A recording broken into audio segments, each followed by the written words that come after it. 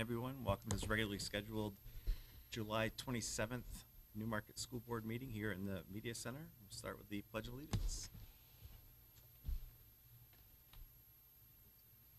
Pledge allegiance to the flag of the United States of America, and to the republic for which it stands, one nation, indivisible, with liberty and justice for all. All right.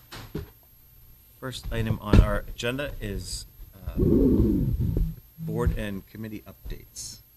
Anyone have any board or committee updates? The policy committee meeted Tuesday of this week.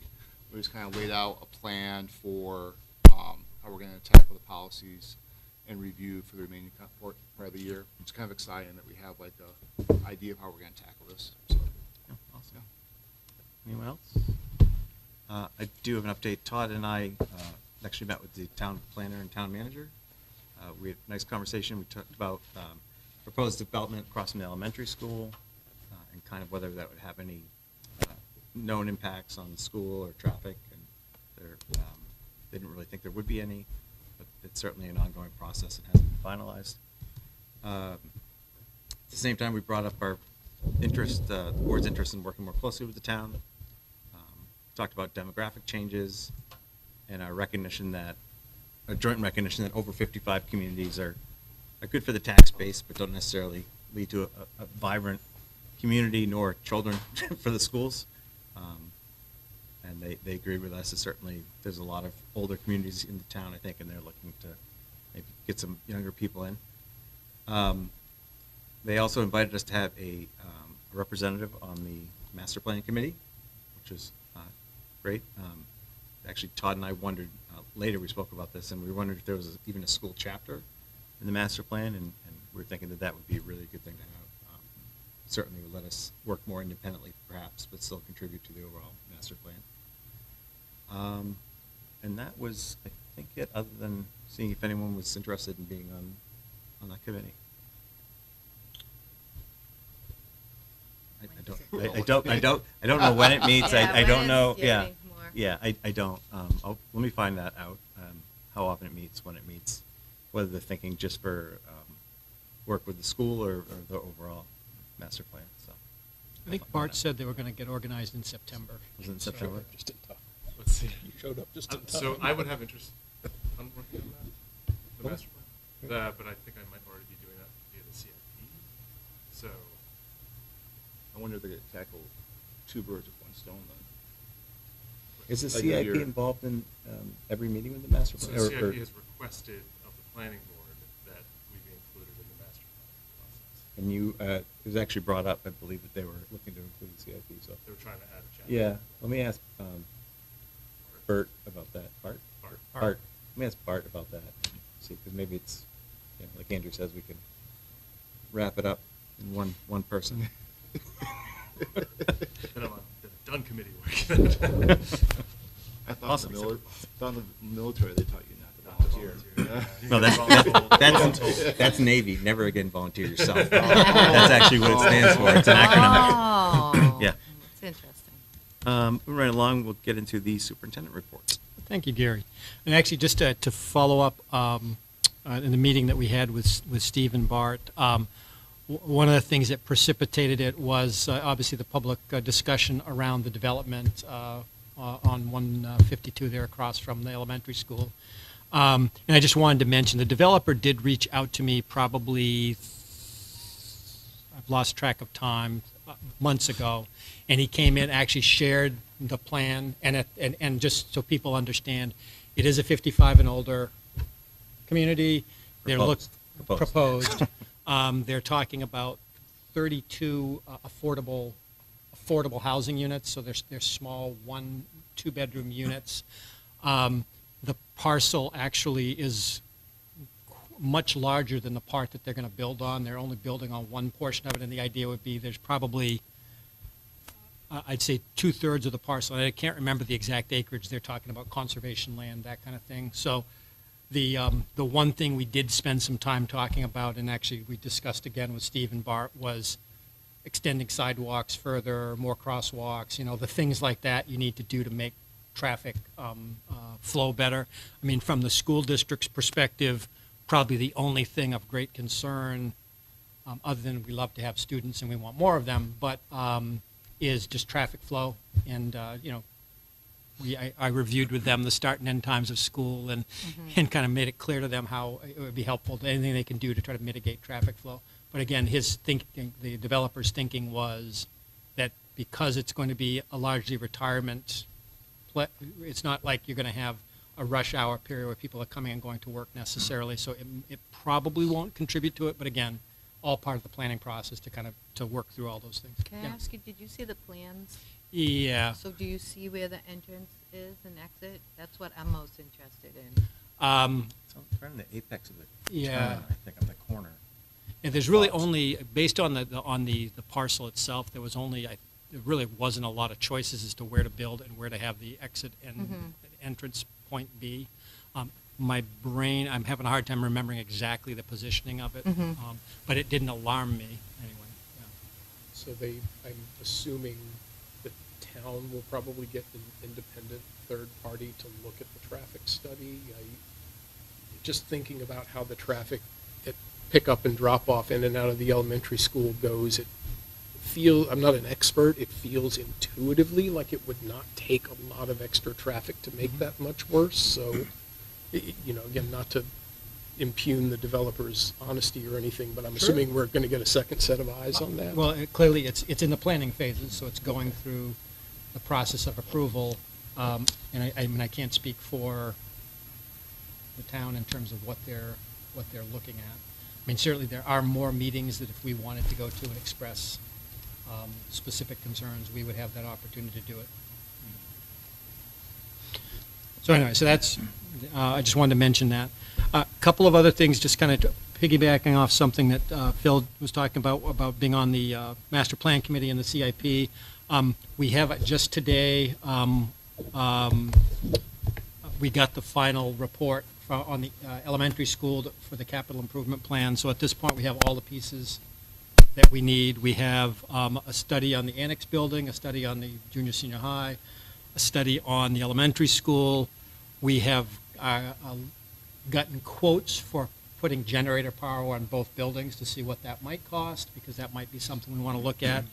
And I'm sure many of you know that the town is very interested in pursuing solar power options, and so we are in the process of getting a study done to tell us whether or not the elementary school roof could, the gym roof of the elementary school could support solar panels. The study has already been done on the junior senior high, and it's just not, it can't sustain the weight. And actually the elementary school, even the additions were not designed with that in mind. So really the one possibility is the gym roof, where the trusses that they put in they think could be reinforced, and potentially. So we're going to get that study done. So we'll have all that information. So Phil, expect an email from my office to kind of get the process going. I did talk with, after the meeting that Gary and I had, I did talk with Bart about the CIP process and kind of when they want the town to report. And so they're looking at that first week of September. We haven't scheduled the meeting yet, but that's when they're expecting us to share our plan. And we could talk offline. Absolutely. But we're looking to create a process as well where it is, once we have the capital improvement plan, it is edits to it that annually have to review, not like the whole thing every year all over again as if it's Yeah, I'm actually very pleased at the caliber of work we've gotten on these studies. It's very detailed. It's mapped out. We have the potential to map out like a 20-year plan. So it's good information. So I'm excited about that. So anyway, so I just wanted to mention that. I also wanted to mention, not a surprise to anybody, we're halfway through the summer, and sometimes people wonder, what do school administrators do in the summer? And I just want to kind of highlight for you kind of where our attentions are this summer. Both buildings, they're really working out logistics around new master schedules, figuring out how to fill various spots and make sure supervision of students and all that is taken care of. We've got over 50 professional staff doing summer curriculum work that we're juggling and kind of keeping an eye on the work that they're doing. We have a lot of summer programming that's taking place, credit recovery, ESY.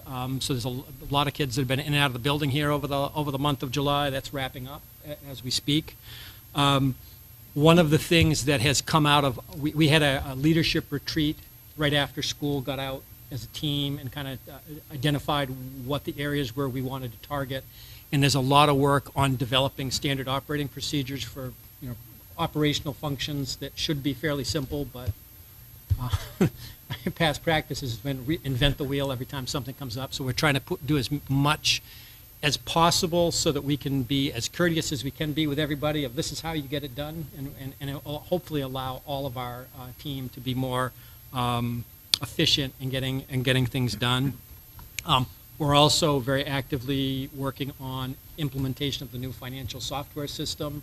I've mentioned this multiple times, but I can't tell you how impressed I am at the caliber of work that Jana and her department are doing. We've just started unrolling the new employee self-serve portal, and imagine a world where people don't have to submit a piece of paper to ask for the day off. Just imagine that, and we have finally arrived at that world. So it's exciting. We are also actively at both buildings reviewing the student handbooks. There's a lot of structural work. Very pleased. Jay Fitzpatrick, our new assistant principal at the junior senior high, has some experience in student management, and he's really given it our student handbook the first, second, and third go over, and really trying to make it more in line with best practice. And so I'm kind of excited where we're getting there. Bless him. Really hopeful to have a much more student-centered approach to student management, discipline issues, that kind of thing. So that's really exciting. So anyway, a lot of stuff going on. Again, we're only halfway through the summer, but I anticipate we have another leadership retreat on August 10th to kind of, August 9th. Excuse me. August 10th is next time we meet. August 9th, we have a leadership retreat where we'll kind of check in and sort of finalize plans for the opening of school, but things are moving ahead great. And while I'm on the subject of summer work, I was talking to Dave Riley today about the summer work taking place here at or in both buildings. We are so far ahead of last year in terms of getting things done. So last year, if you probably heard from a few teachers frustrated about not being able to get into their classrooms early enough. We're very optimistic that by mid-August, everybody will have easy access to their spaces. In fact, many people already do. And actually, on just one quick note about staff, I did want to mention, if you get a chance to go up in the world language wing of the building up here on this floor, Joanna House, one of our Spanish teachers, approached Andy and I at the end of the year and said, the walls up here are kind of boring. Would you mind if I put a mural up there? There's a beautiful mural up on the wall now that she's done this summer that is just really brightens up the space. So it's really nice. So just compliment her to that. I wanted to return to a conversation we had at last meeting. In fact, Dan, you had asked, when I was talking about the property across the street here, you had asked how much of the acreage was currently the parking lot and the annex building. 2.45 of the acres makes up the building, the parking lot, and the retention pond, all of that stuff. So that leaves about 12 and a half acres that is not already in use. Couple of other quick things I wanted to mention. Can I just quickly ask Go you a ahead. question on the annex that you brought that up? I recall like all this work done. What are we exactly doing to it now? Like, I thought there was so much work already. Yeah, there was significant, I mean, in terms of renovation work. Yes. Yeah, it definitely was upgraded. My understanding was that originally it was treated, it was an art suite, and it was being used for teaching art in with the new building. Right, but I thought the main goal was to have 6 offices maybe They are there. there. Okay. Was it 6 or 4? I can't recall, but It was something. It was yeah. So during the pandemic, I don't know if you recall, it became Yes. the COVID testing Yes. space. Yeah. And so I think what happened was a lot of things moved out of there. Right now, Dave Riley and his people work out of there. Deb Jankowski, our tech integrator, has her office over there.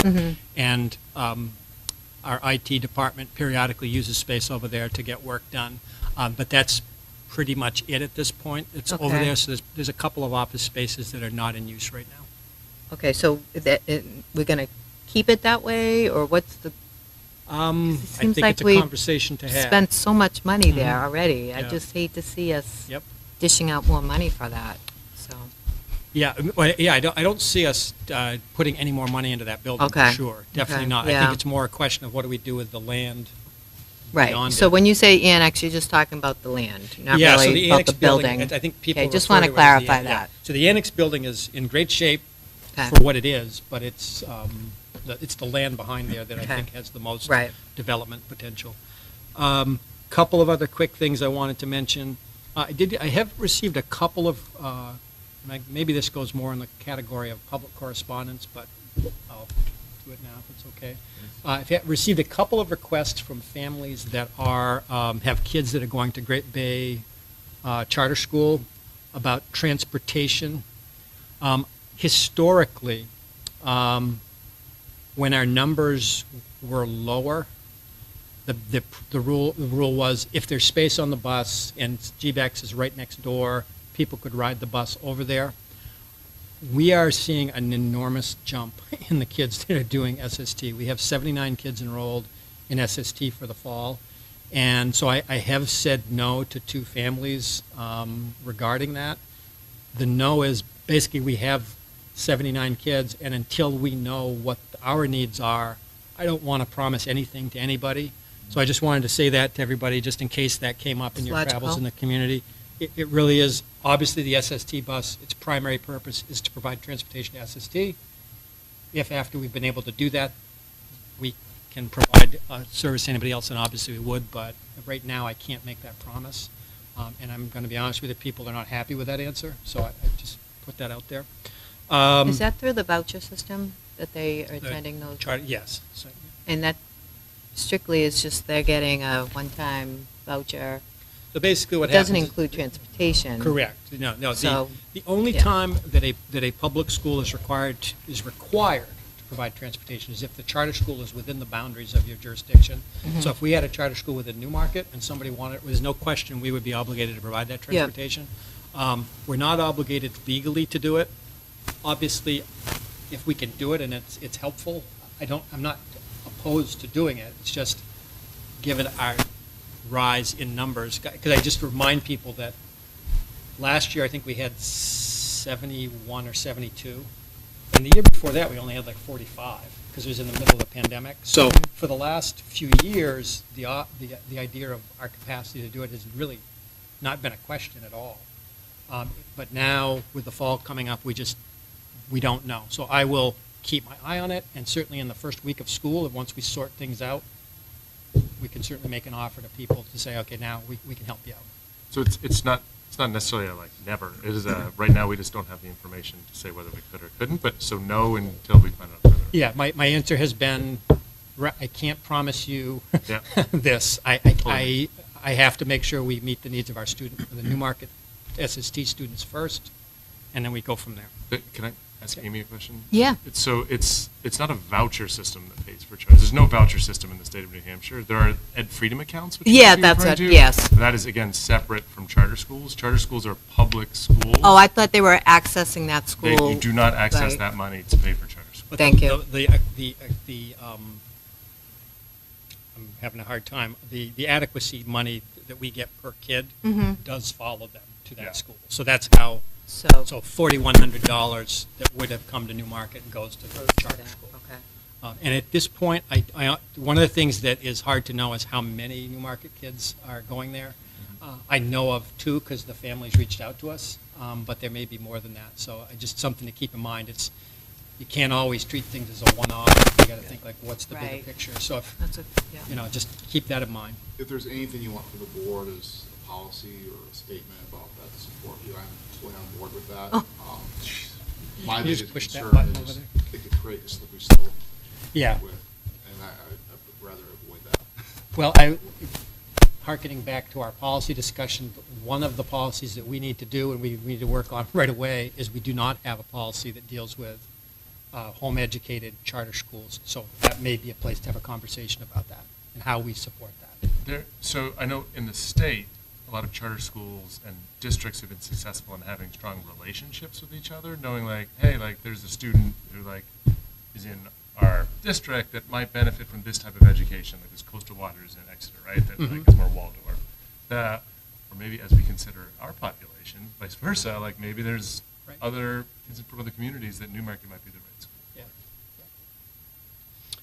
So anyway, so I just wanted to make you aware of that SST bus issue. And then the last thing I just wanted to mention, it was more came up. I was on the phone with Deanna Ray, who's the superintendent over in Barrington, and she was stressing about the challenges she's having with hiring and the fact that she said it feels like every week another resignation comes in and we're scrambling. And I just wanted to report that with the exception of we still need paraeducators, we're at a really good place hiring-wise. I mean, clearly, I will talk in a little bit about the shop technology ed position, but we're working that. It's going to be okay. So I just thinking, comparatively speaking to how some districts are dealing, if you peruse Ed Jobs New Hampshire at all, you'll see there are districts that are dealing with like enormous exodus of people. And obviously, the closer to opening up school you get, the harder it becomes because it's more challenging to get good people. And I just wanted to report we're in a really good place, and the people we have brought in this year are top-notch, and I'm really thrilled about that. And if I could just comment, I think that's more a reflection of the administration and the morale that's been built up for the past year. I think there's a lot more than money to keep a teacher or anyone in the building. I hope you guys give yourself a pat on the back for that. So. Appreciate that. Thank you. And I believe that's all I have here. I did want to loop back to solar panels for a second. There are other options we should consider that aren't as aesthetically pleasing as having them on the gym roof, but there's certainly parking lots and fields and other areas that we could, and as the heat this summer has reminded us, it's becoming more and more important to get our lighting and electricity from different sources, which actually brings me to another thought that I don't think we need to think about now, but probably in the not too near future, we need to start thinking about, are we going to be able to open school in late August or continue classes into late May, June, with the temperatures going the way they seem to be going. So you spoke of generators, not Yeah, I did, I cannot for the life of me remember the school district, but February vacation in New Hampshire has always been so sacrosanct, but I remember reading something about one district that must have particular challenges with space conditioning, and they're saying, can we continue to let this push school out another week? Yeah. I mean, there are certainly in other parts of the country they've shifted to like one break in March, and that's kind of how they do it. Yeah. Now that being said, spring was pretty mild, right? But Yeah. So, great. And moving right along, I assume you don't have any other correspondence. No. Right, no. Anyone else have any correspondence they've received? No. All right. Next up, we have some water testing results and remediation efforts. Yeah. So every year we do water testing on all of our water sources, all of our faucets, and so this is a routine process. This year is the first time the standard was lowered from 5 parts per million to From 15. so it was lowered to 5 from 15. And so this is the first time we're dealing with the new standard. The requirement of the law is that if you have water sources that test above the 5 parts per million, you have to notify your community. So in your packet, you'll see there are 2 letters, one for the elementary school, one for the junior, senior high, that notify people that we did have, at the elementary school, we had 1 water source that tested above. I want to emphasize none of the tests above the 15 are drinking fountains. These are janitors' closets. These are bathroom sinks where people wash their hands. So this is not water that is being consumed. All of our drinking fountains have tested below the limit. So basically, we do need to put out a letter, which I will be putting out tomorrow to meet the requirements of the law to notify people. One complication was that there are, here at the junior senior high, there are 156 water sources. We've gotten results back on 85 of them. And the calendar immediately starts ticking once you get the data. So while I would like to sit back and wait until we had 100% of the data, we need to get the letter out. So what will probably have to happen is I'll probably have to follow up with another letter from the junior senior high in a couple of weeks once we get the full data back. I don't expect the results to be significantly different. We will probably have a few non-drinking water fountains that test up above. And just so you know, Dave Riley and his team is already on it. Basically, the issue is the faucets. You have to swap out the valves in the faucets. It's starting to decay. You're just replacing them all. So that before school starts, every single spigot will be addressed. So if you have any questions. After we replace the faucet, do we retest it? Yes. Yeah. And it's just the valve, not the whole faucet that's being replaced, you said? I'm just curious.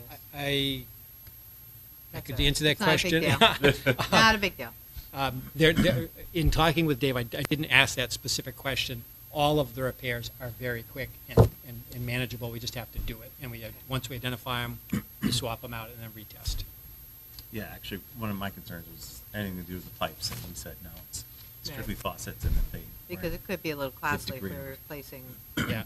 I mean, if you look at the data, the sources, it's not like we're talking huge amounts. Basically, it's common. I'm not a plumber, so please understand.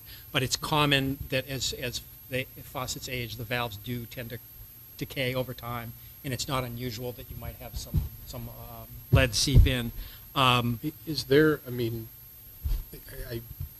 without knowing, I'm going to hazard a guess that lead is not commonly used in faucet components in 2023. I'm assuming- Is there just a campaign thing here where we should think about replacing all faucets older than a certain age? I think there's probably room to say that. But just, again, we test annually, and every time it comes up, we address it.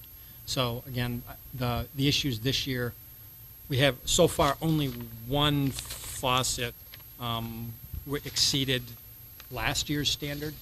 So, again, it's the lowering of the standard, which is a good thing. So it's highlighting more faucets and more sources. But because the amount above the minimum is generally pretty low, it is likely just replacing a faucet or the valve, and it's over. The problem is done. But again, we will retest and make sure that that's the case. So a letter will go out tomorrow in a version. I discovered a couple of typos, so please know that it will be repaired before it goes out to the world. It has to be postal. It can't be an email. It'll go out electronically. All right, any other questions on that? Discussion item number 3 is the superintendent's contract. We discussed it last meeting, made some minor revisions to the number of days off to be commensurate with everyone else in the district, which is a good catch. Does anyone have any thoughts on the contract? We certainly can go into non-public if anyone wants to talk about it. I just would like to take the opportunity to just kind of acknowledge how excited I am that you'll be here for another 3 years, or 6 or 8, 10 years. But just the amount of work and kind of good morale and improvement in the district that's happened in such a short amount of time has been wonderful to see, and I'm excited to know that you'll be here for an extended period of time. Thank you. Here, here. Thank you. Thank you. Item 4, we have to set up our meeting times. And dates, we've been doing the first and third Thursday. Mhm. Is everyone fine with continuing that? People like to shift it? We certainly can shift individually as we need to, as we've done before. I'm good. Bill, first and third, still good for you? So it works. All right. And, Can I ask real quick, when would that start? Are we gonna meet next week? well, the next meeting is the 10th. Yeah, it's the Okay. 10th and the That's- 24th. So it started in September. Awesome, thank you. And a reminder, we do have a joint meeting on the 23rd, Oh, August. right? Is that the 21st? Yes, 23rd of August, 6 o'clock in the auditorium. 6 o'clock, that's with the town? Yes. So then, we have a meeting time, so I guess would be the next logical question. Does everyone want to stick with 5, move to 5:05? 5:06? 5:15? That'd be a little easier. I mean, it doesn't have to be, 5:15 certainly is probably not a huge deal for the administration, I would think, 15 minutes. It helps. And It it helps. may If it give- helps, May give I'm people, pretty, the younger humans an opportunity to do what they need to do. Is that- I'm fine, whatever That's time. fine. I'm sorry, could we also add an opportunity for public comment at the beginning of the meeting? Mhm. So we don't have a situation where, I can't think of his last name. Yep. Alzheimer's. Thank you. Yep. The city, just to comment on something. Yeah, it's a great point. We can put it on there, or if we see any member of the public, we can just amend the agenda. Oh, yeah. Well, didn't we change public comment to the middle for people who couldn't get here Yeah. at 5? Yeah. So And- now and we're so doing the far- opposite. So far, 0 people have taken Right. We advantage could of do that. public comment more than once. You could- Right, I you mean, could we have can one at the do what we beginning. Yeah, I just don't want want to with close that. it twice, but we could certainly do that. I mean, there's already nothing preventing people from speaking twice if they want to, so that Yeah, I mean, Yeah. just seems Well- reasonable to, Should we just move it back to the beginning? We haven't had any I mean, change we from could- public we could- comment being. We could say that, but it's because we haven't had Yeah. like A reason for. controversial reasons to come, right? Like Yeah. people feel, you can always tell how people feel in a community by how few people or many people come Yeah. to that. Yeah. Mhm. And are we gonna run into any legal problems if keep public comment where it is? Or if we see a situation where someone's here and Just move it? Just amend the agenda, I don't think it, as long as we, Or you could just like ask for, like, we wouldn't have to amend the agenda, because you Well- don't want Right. to move it, Yeah, but yeah. you like. Yeah, is it no, to like add a to friendly, it. like, do you want to add to Yeah. it? it's fine, as long as we provide a public comment period. Yeah. I just know that the reason we created the policy for public comment was to legally protect us, and that's why I make sure that we make the exceptions at the very beginning, Mhm. one time, that we're not gonna put ourselves, what's gonna happen next time, but, and that's, No, if we I don't did think it it'd at have the any beginning because we legal saw someone, I think we Yeah. should still do it later. yeah, yeah, Yeah, so we'd have 2 that particular meeting. yeah. I think it's great. So 5:15, and we will be more cognizant of the public and our public comment periods. And next up. Can I ask one more please. question relating Yes, meetings? absolutely. Location of said meetings. Oh, thank you. Um, Obviously, we started out in the cafetorium as a place, I think our logic in that was it was centrally located and visible. Obviously, over the course of the summer, we've been here in the library. I did have a chance to talk with Tim and Josh, who does the setup here, in terms of their perspective on how much work is involved. And for the most part, it's no more or less work either location. It's 20 to 30 minutes to get things set up for our meetings. So from their perspective, there's nothing other than what we want driving the discussion. I don't know if you had any preferences on location. You Acoustic- did acoustically, you said, yeah. Yeah, acoustically, there's no question that this space is a little better for a more intimate setting. Just throw that out there to consider. Does, not knowing this space, does this meet the, if you remember the criteria we discussed as to why we moved, like, out of that room that it had been in, do we feel like this space? Well, temperature, I think, was a large. No, why we moved out of town. Yeah. Oh, out of town Right. halls. There's I only get what you're one- saying. the As one far egress. as far as The egress, egress. thank you. Yeah, there's a door there and there's a door there, so there's certainly. There's two, That goes to the right. courtyard. Yeah. But then Well, You at least should have. There's options, right? That's Yeah. what matters. I mean, I had a lot of difficulty hearing people in the gymnasium. And I know that when people were in the cafeteria, they commented how difficult it was to hear in the audience. Yes, Um, it was. Yeah, I mean, we haven't had anyone here to tell us how hard it is to hear. Maybe we could ask Patty how it was last meeting. But, Well, I was listening to the last meeting, and I could not hear Jana. But then again, I don't know if she was sitting. Sometimes when we ask her questions, when she's done with her presentations, she's sitting. Oh, And you yeah, cannot I don't hear recall. her when She she's might have been. sitting. Yeah. So that's we a good just need to point. pay attention to that, I think, in the future. I mean, what I love about the gym is how out in the open it is, and the people can walk by and see us and be like, oh, I can wander in there. Maybe we just need a sign or prop the door open or something to make it a little more obvious or inviting, but People could just I have certainly to don't be want at to. high school at 5:30. Yeah, well, there's a few kids who walked by last time, right? When we think about activities, Yeah. like, does either location start running into challenges with after-school activities? I mean, obviously, we would book the space. I mean, certainly the cafetorium gets used for play practices, like rainy day athletic practices, that sort of thing. I mean, one option we, of course, then you have the lights. room has this challenge. the other issue we talked about. Going into the dark. I mean, one option we could have is we could schedule them here, but anytime we see a topic that might draw, we can always move out there. I don't think, as long as you have a week or so's notice, we should be able to do that fairly easily.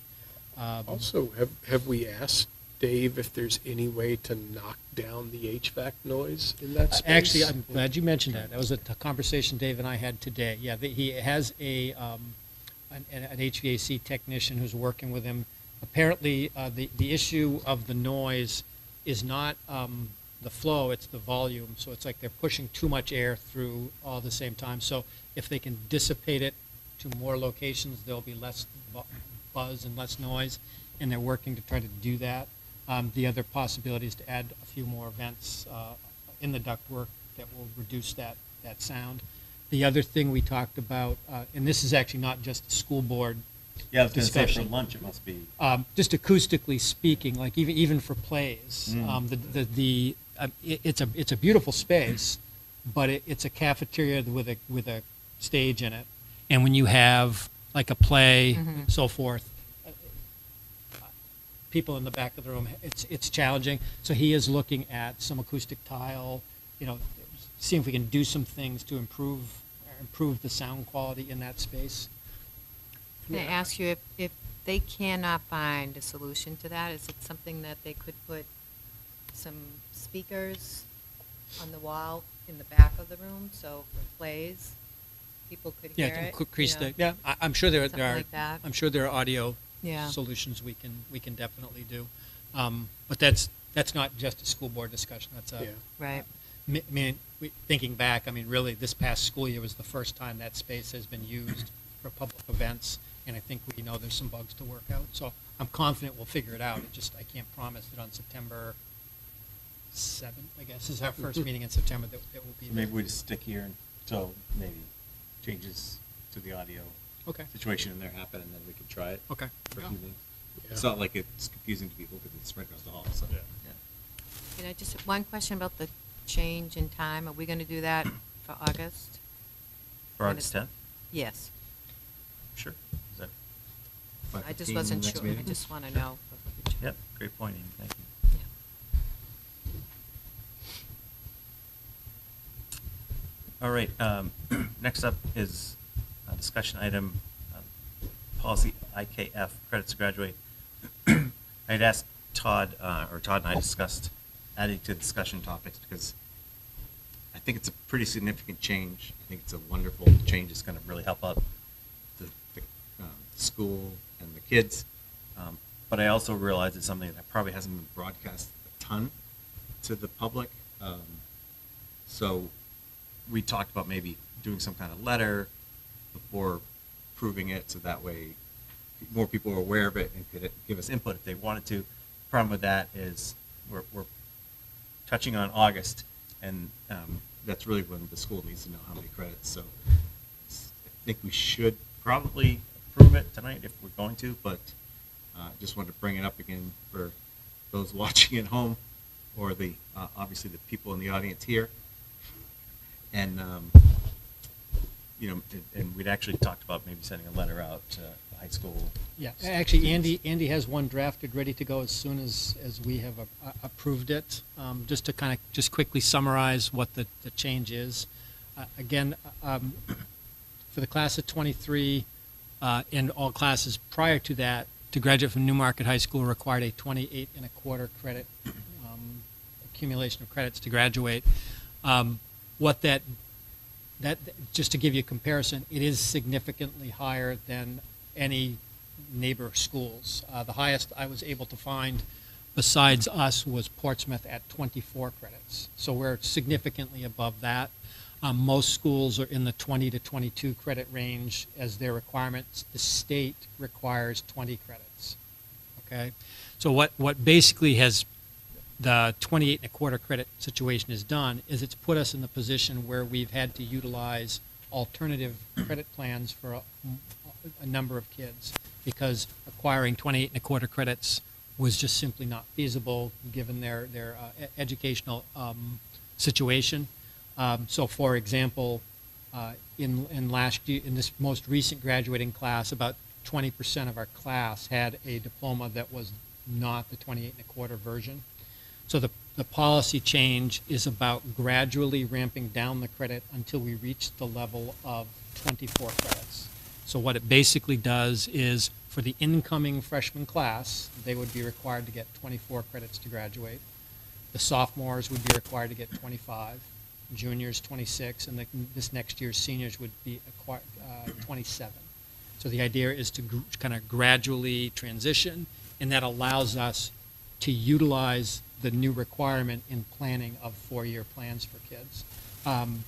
So, for example, a student coming in as a freshman who knows they want to do an SST program and be out of the building in their junior year, it gives them more flexibility as to what they need to do in their freshman and sophomore years to get there. And so there are kids who aspire to it, but because they fall behind, they're limited, and so they might have to wait until their senior year, for example, to access a program. And which obviously SST isn't the end-all be-all for everything, but it's a good program. And what we want to do is have kids be engaged in their learning, and to have a system that makes it difficult for kids who want something to access it. That's a challenge. So anyway, this has been thoroughly vetted by our counseling office, by our high school administration, and certainly we've, at the policy committee, have had many conversations about it over the span of a year. And so without saying any more, that's basically the gist of it. So the class of 2024 really won't be affected by this because they've already picked their classes generally. But what it will do is allow kids, like, for example, if you're struggling in a course Right. and you need to Drop it. or you need to get extra help for another course, Mhm. it gives us that flexibility.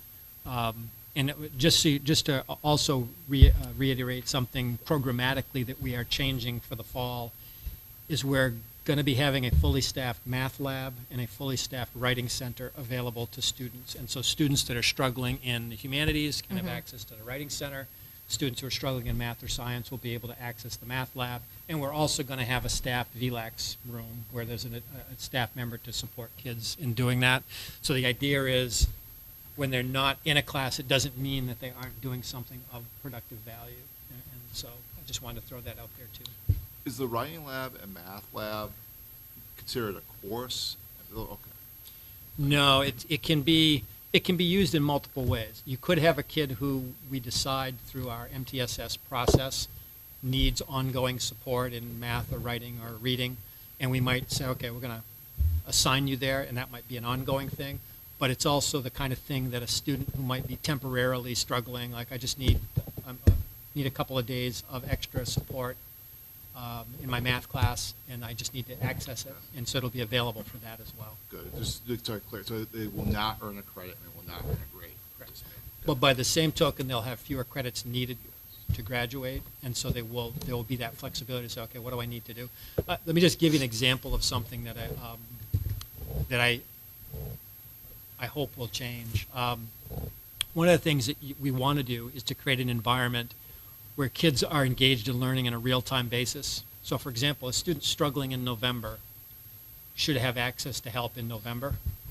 It shouldn't be semester ends, you didn't get the grade you need, you got to do summer school next summer, and it's so detached from the learning. This summer we had, and I don't have the number in front of me, but it was, I don't know, 17 or 18 kids that were doing credit recovery summer programming. And in many cases, they came in, and in 3 days they were all caught up and they acquired the credit. And so it begs the question, are you using summer school as a consequence, like it's a disciplinary thing as opposed to a learning thing? And I think by having those opportunities built in, it's going to be a learning opportunity. So it's like you're not succeeding right now. Let's get you the help now, not 6 months from now. So anyway, I view the credit change as a really necessary thing to allow us the flexibility to be more student-centered and to do more, because particularly for freshmen and sophomores currently, they are scheduled 8 periods straight out. So they have no breaks. And if you've worked with kids that are disengaged, putting them in a class that they don't want or don't have desire to do is not helping advance the cause of them becoming an engaged learner. You're actually better off to say, gee, what do we need to help you with so you can be successful in what you're doing? And I'm hoping that we're shifting it in that direction. I think it's fantastic. So fantastic, in fact, that I will continue to state my opinion that the phasing is too slow. I mean, you're how many seniors this year would benefit from, having additional flexibility in their schedule beyond taking it from 28 to 27? Right. Well, and I think Todd mentioned last meeting that those kids just need to reach out, and there's opportunities to work with them to ensure that they're getting the same diploma. Right, yeah, we've done a lot with alternative plans with kids because and it just breaks my heart to have a kid be so close to being successful and having us, because of a rigid requirement we have, holding them back. So we've done a lot with alternative planning. But like you, the change can't happen fast enough from my perspective either, Dan, but I also want to give us a time to gradually phase it into the system so we can gradually make the adjustments that we need to make.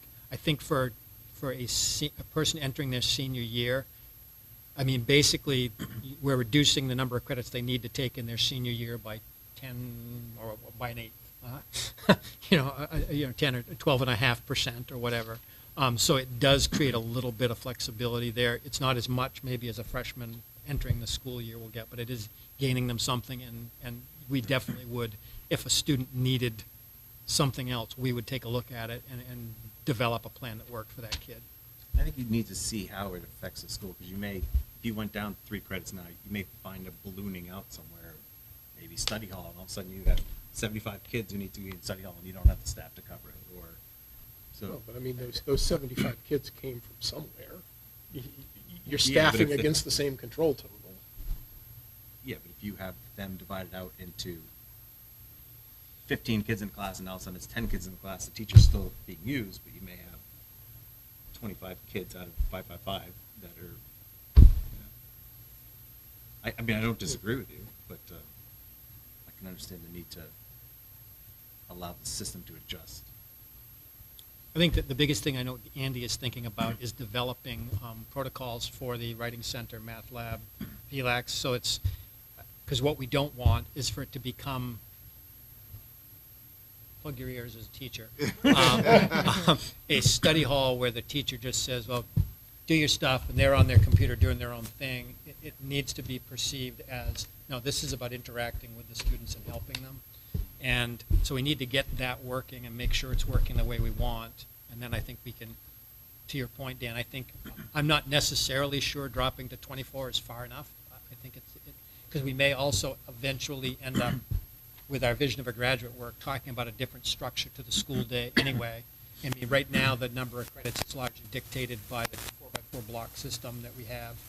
And at some point, we might, not trying to scare it, we might do a different structure that might be better for our students, so.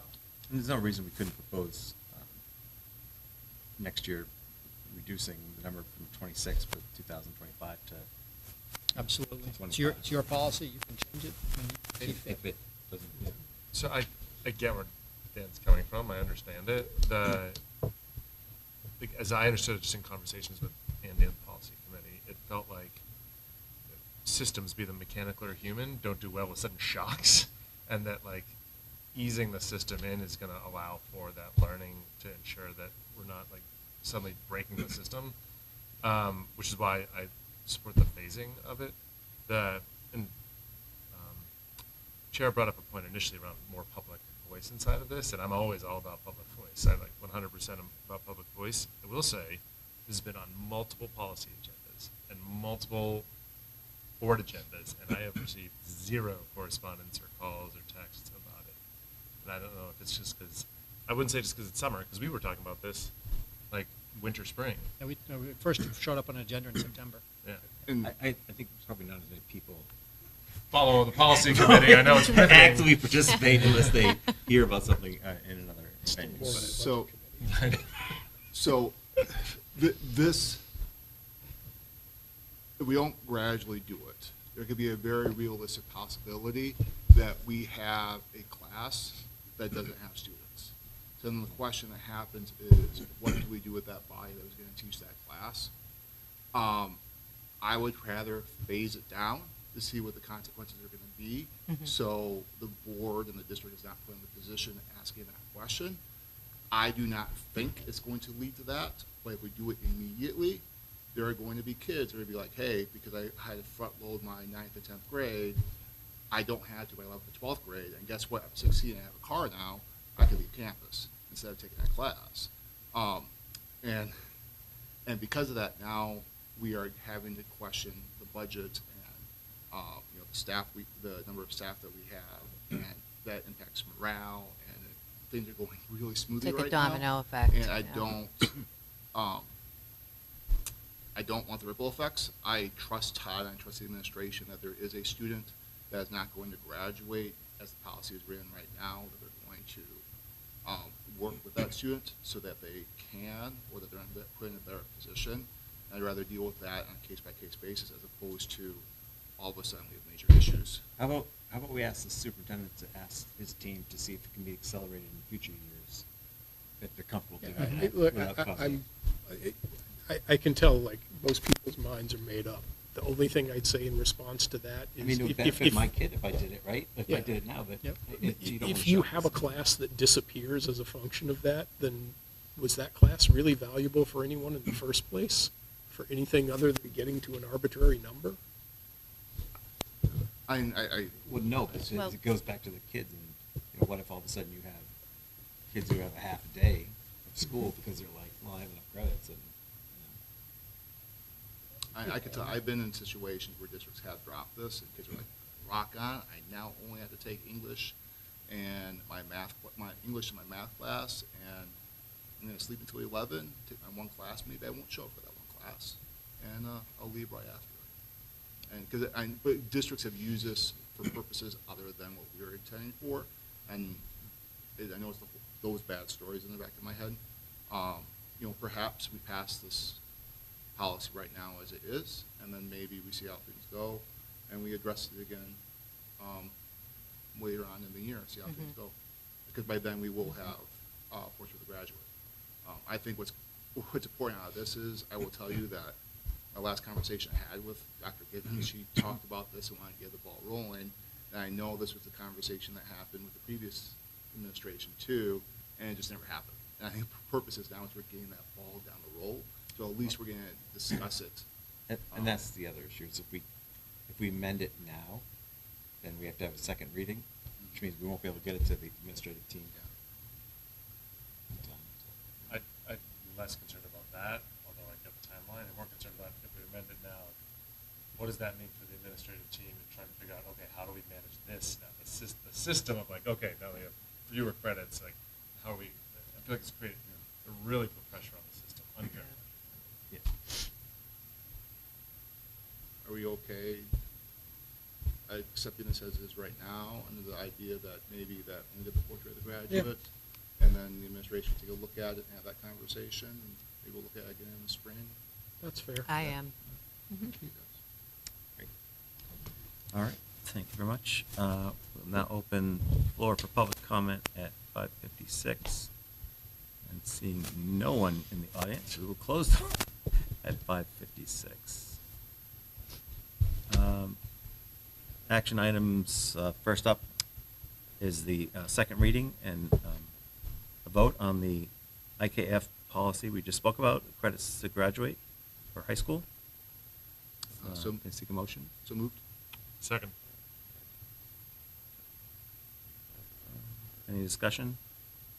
No? All those in favor, please say aye. Aye. Aye. I believe it was unanimous. Seek a motion to approve the June 29th public and non-public minutes. So moved. Second. Any discussion? All those in favor? I Did you have do something, some Amy? Yep. Some changes. Just on page 2, Mellon, Gianna Mellon needs to have an N under the financial statements. It's Mellow. Oh, yeah, I see it. The first bullet, yep. And then under action items, I think we could just eliminate number 1 because it really wasn't a vote. It wasn't she just said there is no need to vote. I think that shouldn't even be there because it's not an action item really. Yeah, I think it was on the agenda as an action item. Yeah. Even though it didn't need to be. That's probably why it was put there. Yeah, I just think it's, Scratch it. yeah, I would scratch it. And then number 14, I think she can scratch that because it's really not an action item as well. It's just you're discussing the hires and then we vote on it. Well, we acknowledged the Yeah, receipt but of his the vote should hiring. come first and then discussion. Like, it's just confusing, I think, to someone who else may be reading this, rather than just us. Oh, I see what you're saying. You know what I'm saying? So Like, the she summarizes the hires, but, so the motion should be part of that. right, there's really, Yeah. yeah, I see what you're should saying. come first. Gotcha. Yeah. And that's it. Can I? So, and this is maybe not an edit here, but, so on page 15 of the packet, item 12, I made a motion to approve the amended school board goals. Nowhere else in the minutes does it actually refer to what the school board goals were amended to. Like, Right. it feels very like, if I were to leverage these to try to understand what happened in that meeting, it would not help me. Right, well, I'm looking at it through like, people reading Reading these. it, yeah. And to me, like, some of this, like, the things I mentioned would not make sense to me unless I had to go back and listen to the whole meeting. So that's why I brought those points up, but yes. They're just, and again, I this is see your just, this is point. not critical of anyone, but it's more like, Right. can we have, I get, we don't want a word-for-word transcript of what was said. Exactly. Something a little more robust so that if a future board is like, oh, wait, we gotta check that thing out, what were they thinking about? The minutes. Is Yeah. the Yeah, word amended even the right word? Because basically what happened was I presented you with a second draft and you Right. approved them. Yeah, So you didn't amend them in the meeting, you approved the the draft. draft. Well, there was a. Did we make a change? Oh, yeah, we there made a was. change because we condensed a few things. Was that the previous meeting? No, that I was the thought previous meeting. The previous meeting, you Previous. discussed them, and then Okay. I redrafted Okay. them and sent And them then out, brought and them you to approved us, them. and we So that approved them. amended Yeah. isn't You're even, so I'd have to go back to board to see like what the Yeah. discussion noted there to make sure it's. Yeah. In fact, the only discussion we had about that was about seeing if we wanted to align that with the superintendent goals, if I remember correctly. Right, because when you go to the discussion section of the minutes, there's really nothing about it, so it's like hard to be like, what exactly was that vote about? It's, again, I'm not trying to get word-for-word transcripts, but there's a little more detail. So do you want it to say, Again, I'm not even saying I meant change this here, it's more of a Oh, general okay. concept All right. about the move forward with Okay. minutes. I also would love it if there were page numbers on the minutes. Yeah, me Yeah. too. I miss the page numbers. we can do that. All right. So with those minor amendments, all those in favor, please say aye. Aye. Aye. Passes. The manifest floating around. I move to approve the manifest in a total of $2,914,991.04. Second. Motion by Phil, second by Dan. Any discussion? All those in favor? I do have a discussion item. I like the new format Oh, yeah. from the new financial system. I think it's a good improvement. With that, all those in favor, please say aye. Aye. Aye. Next up, we have the superintendent contract. Does anyone want to go into non-public before voting on this? I'm sorry, say again? Does anyone want to go into non-public to discuss the superintendent contract before voting on it? Or the superintendent himself? All right. Seek a motion to approve the 23, 24, what's the? Starts in 24, 25. 24, 25 Three-year contract starting in superintendent 24, contract. 25. Yeah. So moved. Second. All right. I just want to say thank you so much, and especially also to your family to put up with you again for another 3 years. Put up with us. Oh, yes. Yeah, exactly. I don't think She Todd's says the thank you problem. to you for not making her put up with me. Yeah, that could be it. That could be it. All right. Any other discussion? All those in favor, please say aye. Aye. Aye. Passes. Thank you, everybody. Congratulations. Thank you. Thank you. Thank you so much. We have two very generous donations. We have get me up to pronounce with the past name. Megan Megan Fiore. Fiore. Fiore was the recipient of the Nicholas Popov Award this year for $2,225. Amazing amount. The award, obviously, as we talk about every year, this acknowledges the traits that Mr. Popov had as a community member and that he looks for and our family looks for in members of the school. And then there's also a NECP